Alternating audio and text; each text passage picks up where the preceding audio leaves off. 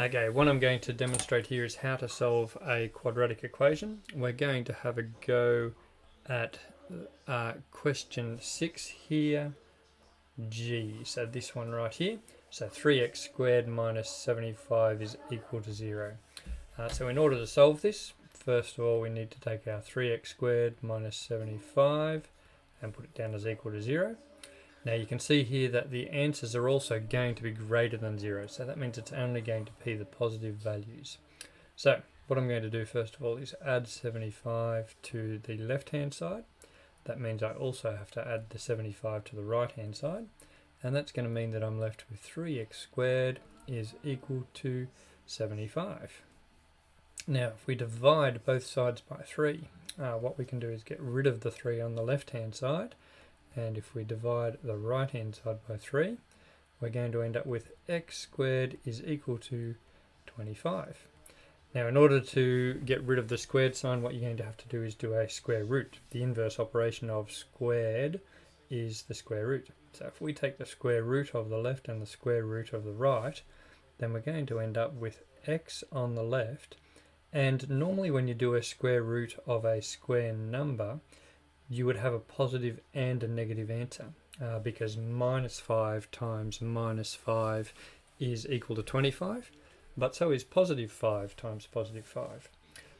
But in this case, we've been told that x is greater than 0, and so what that means is we can discount the answer minus 5, and we know in this case that our final answer is going to be x is equal to 5.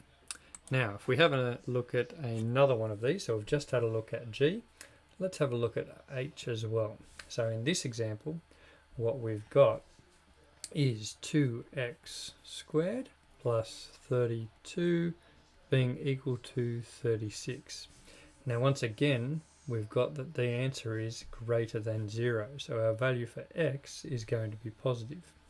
So this time, if we take our 32 away from the left hand side in order to cancel that out, and our 32 away from our right hand side, then we're going to end up with 2x squared is equal to 36 minus 32, which is going to leave us with 4. By dividing by 2, we can get rid of the 2 out the front of the x, 2x squared, and we divide the left hand side and the right hand side both by 2. We're going to be left with x squared is equal to 2.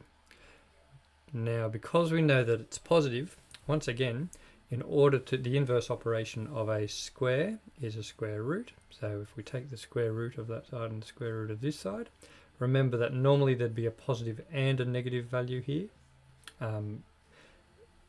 But in this case, we can discard the negative value because we know that x is positive. And so we're going to end up with x being equal to the square root of 2. Now it says to leave our answers in exact form. So the square root of 2 is 1.41 and then a whole lot of digits. But because we want it in exact form, we'd actually leave it in this format here where we've got the square root symbol over the top of 2. And that's called surd form. So this is saying that x is equal to the square root of 2. And we just simply leave it in that because that's the exact, or as exact as we're going to get the answer. So there's 2 more examples of quadratic equations.